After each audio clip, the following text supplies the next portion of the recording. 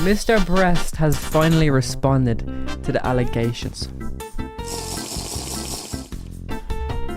So let's look. I feel like the best way to do this is first show what he said and then show evidence against or rebuttal, or give him props if he is in the right. The main points talked about in the video are workplace culture, transparency, philanthropical and public perception, past mistakes, and artistic context. They're the 5, I don't know how many main points that Jimmy and Oompaville talk about in the the interview that he did. So to start off, they talk about how Mrbeast handled all of the controversy, and he says that he handled it terribly, which yes, he definitely did. He handled it terribly. The first biggest question for me and a lot of people that I've spoken to over the last couple months is like, why were you so silent? Especially off the bat. Like, you did respond to the Ava Tyson stuff immediately, but like, you know, right after that, a bunch of other stuff came out, and Dawson's video, his first video, gained a bunch of traction. What was your reasoning for being so silent immediately? Yeah, that's a great question to kick it off on. You actually kind of laid out the timeline there. The Ava stuff came out, and I put out that tweet. We hired the investigators to go look into it, and part of that investigation is they recommended that I not talk about drama or really do anything online because it might influence, you know, witnesses or any people they might interview or ex-employees. So it's a little unfortunate because I told them, okay, I'll wait till the investigation is over. And I believe that was literally like a week before the dogpack video came out. And then truthfully, just in transparency, I've never done one of these like big investigations before. And in my head, it was gonna last like 2 or 3 weeks. It ended up taking a couple months, apparently combing through all the documents and doing all the interviews and everything. It just took way longer than I thought because I've never had to bring in a top tier law firm and a former federal prosecutor and let him, do this really big thing. And so that kind of concluded a couple weeks ago when I put out the tweet of the follow-up. Yeah. Like, that was the day I got the conclusion of it. And I was like, okay, in transparency, I'll throw this out. So up until that point, it was, I had told Quinn Emanuel that, to protect the integrity, I wouldn't do anything or engage in any of this drama. And then after that, yeah, like you said, a lot of stuff had come out between when the investigation started and when it ended. And I was just kind of like, whoa, I don't really know how to like hit this stuff. And I made like a little response video, but it's just kind of not my style, where I just kind of like put a lot of the information that I assume we're going to talk about here out. And it just felt weird.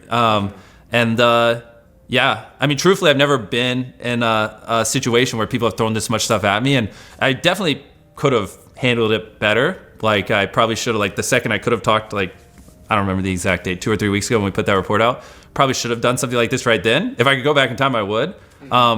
And yeah, that's kind of like the brain dump, and then here I am. Yeah, so I was gonna ask, you answered it towards the end, but like, do you regret that? Obviously. Yeah. If I could go back in time, I would do what we're doing here, because I assume this is like the correct format. It's gonna be a little bit more free flowing and natural, and I wouldn't have wasted so much time like trying to do a response. It's just not my thing. I like so much better. Or I'm assuming. I mean, we just started, but I think I'm gonna like so much better being asked the questions and answer it instead of just like sitting in a chair like this, answering it. It just feels a little more natural. Gotcha. So what happened basically is the Kris Tyson allegations came out, and they were pretty bad. So Mrbeast hired an external company to vet his company to see if there was any bad. They did find some wrongdoings, like there's some employees that did get fired, but they said that happens in most companies of Mrbeast's size. And one of the main things the Beast emphasizes is that when you build a company to the size of Beast, you're gonna have some unhappy people in the company. It's just the way businesses work, which completely makes sense. I fully agree there, Mrbeast. So he says he couldn't be open about the controversy because of the situation with Ava. They did an internal investigation. The internal investigation told Jimmy to not talk about it publicly until the investigation is over. So he was like, okay, I have to listen to them, like. And he said he also didn't know it was going to take as long as it did. It took 2 months for the investigation to actually finish. So for 2 months he was silent. And in those 2 months, Dogpack ripped through about 17 videos, which, by the way, is probably slander. Dogpack probably did slander Beast. Some of the allegations, and especially the first video, are just straight out lies and slander. Which Beast said one of the other reasons why he didn't feel the impulse to respond to Dogpack's video is because the claims were so outlandish and he didn't think anyone would ever believe them. Which I don't know about that, Jimmy Beast. I feel like that's dumb for you to think, Jimmy Beast, because it got so much views. You think he'd be like, I don't know, Beast, come on, Beast. Now, in the next part of the interview, Beast kind of acknowledges some of the mistakes that he's made. One of the main mistakes that he acknowledges and says that he'll do better with in the future is the CGI. There have been claims that you use some CGI in your videos, that is computer-generated imagery. Do you think the use of CGI can undermine the credibility or authenticity of the content that you're making? And if so, why do you choose to use it? Good question. And yes, I do think rampant use of CGI can undermine it. And I try to do my best to be transparent. Did you ever see So Crispy's video where they showed the behind the scenes of our Squid Game video? I did, yes. Yeah, so we've done that. We've done lots of BTS videos on them, and we've done other BTS videos. So I try to show it transparently, but let me think about it. I mean, honestly, the truth is, like, obviously there are channels like Corridor Digital and stuff like that, but can you really think of any, like, entertainment channels like mine that really do this, like even have the budgets to kind of do this kind of stuff? It's something I've always thought a lot about, because like we're really pushing boundaries, and like I want to like keep leveling things up, and I think that's a cool way to do it. But it's not like there's some like playbook on how to like incorporate it, right? Because no one else really does it. Mm-hmm. Like something I was thinking about is like also we rarely use it. Like, I mean, maybe like 0.1% of my shots. Like if we have like a background that like doesn't look too cool, like it's just like black but it looks a little off, we'll just like darken it out in post. Like that's like majority of what we do, or sometimes we'll extend a set. But I was thinking, like, when we do, because we pour millions of dollars into these videos, we build massive sets, like we go through so much links to make these huge videos, and the last thing I want is people to be like questioning whether or not things are CGI. I mean, like, the sets we build are fucking crazy, man. This one to me is so dumb. If you thought that train in that video going into that pit was not CGI, you should not be allowed anywhere close to a device that has the internet on it, because you're dumb. Obviously, Mrbeast uses CGI. He's been fully open about using CGI.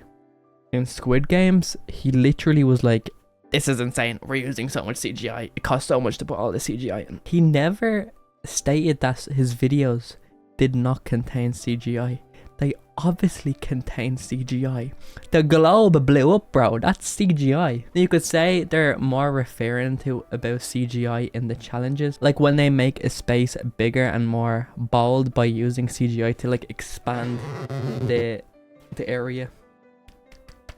And I still think it's dumb, because Mrbeast isn't making videos to be the most authentic person as possible. He's trying to make the most entertaining, engaging videos. Do people realize CGI can't impact the outcome of the challenge because it's put in after? So the challenge is the same. It's just CGI just makes it look cooler. Now, oompaville does make a good point by saying you could say anything in the video is CGI. Like, say if I make my face funny, this is CGI right now. I'm using CGI and I should be cancelled. Or if you have text on screen, technically it's CGI, computer generated in computer generated imagery. So it's any image on the screen generated by a computer, like this picture,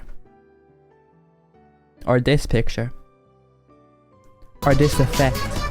It's technically all CGI, and every single YouTuber uses it. Obviously Mrbeast uses it to the highest degree. They're making the globe blow up for no reason, just to engage you. I would think the videos would be better if he didn't use CGI to blow up the earth 17 times in one video, but I don't think it's even near cancelable, even close. The next point is authentic content, and that Mrbeast has not been making authentic content because he's putting people from the staff in his videos, which isn't authentic and could mean there's some horseplay. So is there horseplay going on in the background? No, because none of his staff have ever won a challenge. No, I don't mean in general. I mean like these big 100, 200 person like challenges. None of his staff has ever won those. Obviously, back in the day, he used to do loads of stuff with his staff. So there's evidence that you put your previous employees, friends, whatever, controlled opposition in your challenge videos, such as the 100 boys versus 100 girls video. Yeah. Did you put them in that video or videos like that specifically to rig the outcome of the challenge? Of the challenge? And if so, do you think that's acceptable, Mrbeast? I know. That one was a big one. Videos talking about my 100 boys versus 100 girls video in the last couple months. That one... People really talked about that one. So yes, Sagi's video, he talked about this and uncovered it. I'm surprised more people didn't. Like my girlfriend after that video literally went on a podcast and described this. So it's not even like this was hidden information. This has been out there. Transparency. I'll look at the camera. No, they were not there to rig it. I did not tell them what to get out. I did not tell them what to do. They had their own free will. And I really didn't think too much of it. And here we are a couple years later, and that's turning into proof that I put employees in videos to rig them and script them, and they're just filling in for some people who got COVID. So could they not use staff in the videos? Yes. Obviously not using staff in the videos would be a bit better. It just makes it seem a bit weird when you're dealing with that much money and you're putting staff into your videos. It doesn't look the best. But the only reason he says is why he does it is in fringe cases where like someone drops out last minute, they need a new contestant. It's just easy. He didn't even think about what the optics are. It's just like, yeah, okay, we need to keep this going. You go in. Yeah, which makes complete sense to me.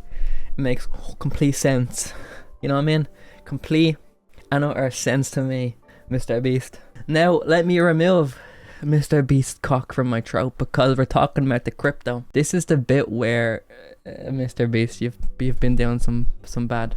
So, Mrbeast has allegedly made over 20 mil from crypto exchanges that could be called a scam depending on what actually happened. So what are the facts? Mrbeast pumped and dumped. He pumped and then he dumped. Now it's not as simple as he just did a pump and dump. Loads of YouTubers like Laserbeam, Logan, KSI, like the biggest people in content creation, we're basically all in like call with Gary V. And there is other crypto involvement, but this is the main money maker. But Mrbeast's excuse is very dumb. There was a comprehensive report published that painted a negative light on crypto dealings allegedly associated with you.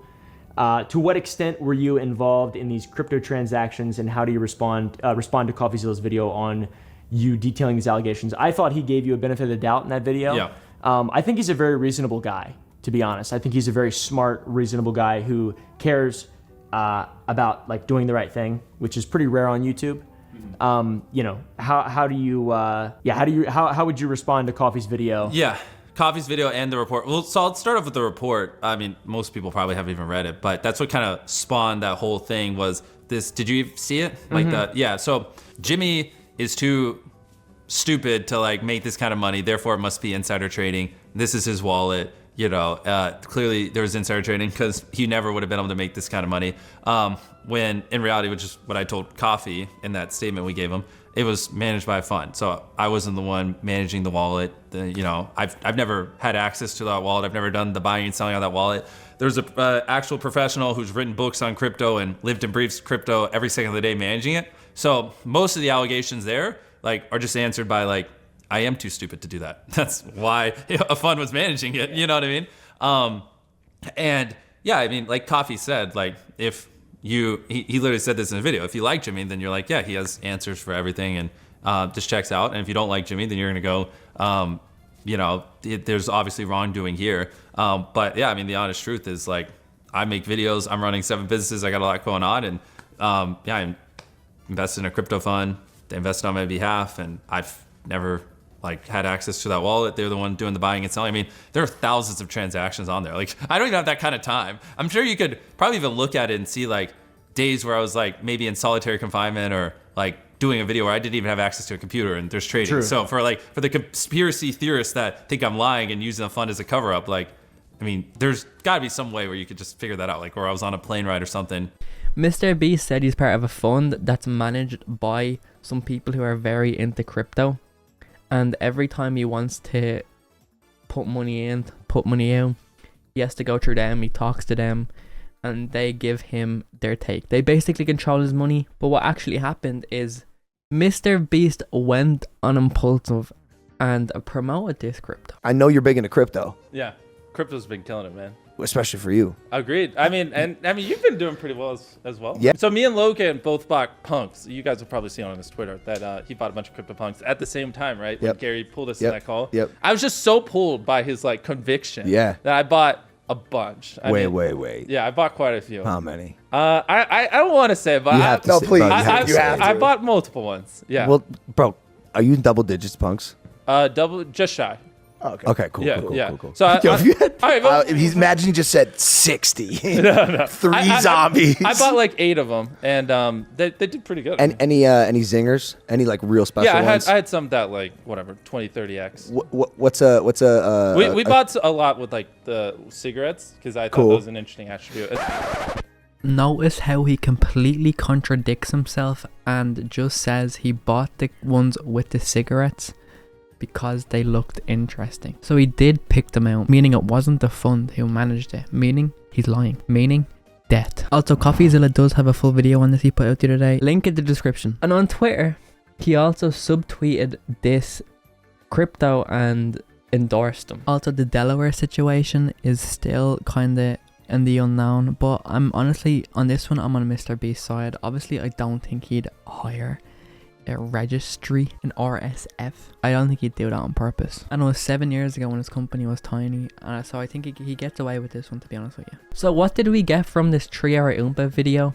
Well, we got a lot of clarification finally on Mrbeast's issues. He didn't talk about the Amazon show, which was another main point, but I don't think he can. He did release the trailer for it yesterday, and someone commented saying, is this where all the bad stuff is happening? And he said, don't worry, when the show does come out, he will release a lot of behind the scenes, which shows that a lot of the stuff that was talked about was completely blown out of proportion. For now, I can finally watch Mrbeast again and see the lovely, sexy face of Karl Jacobs.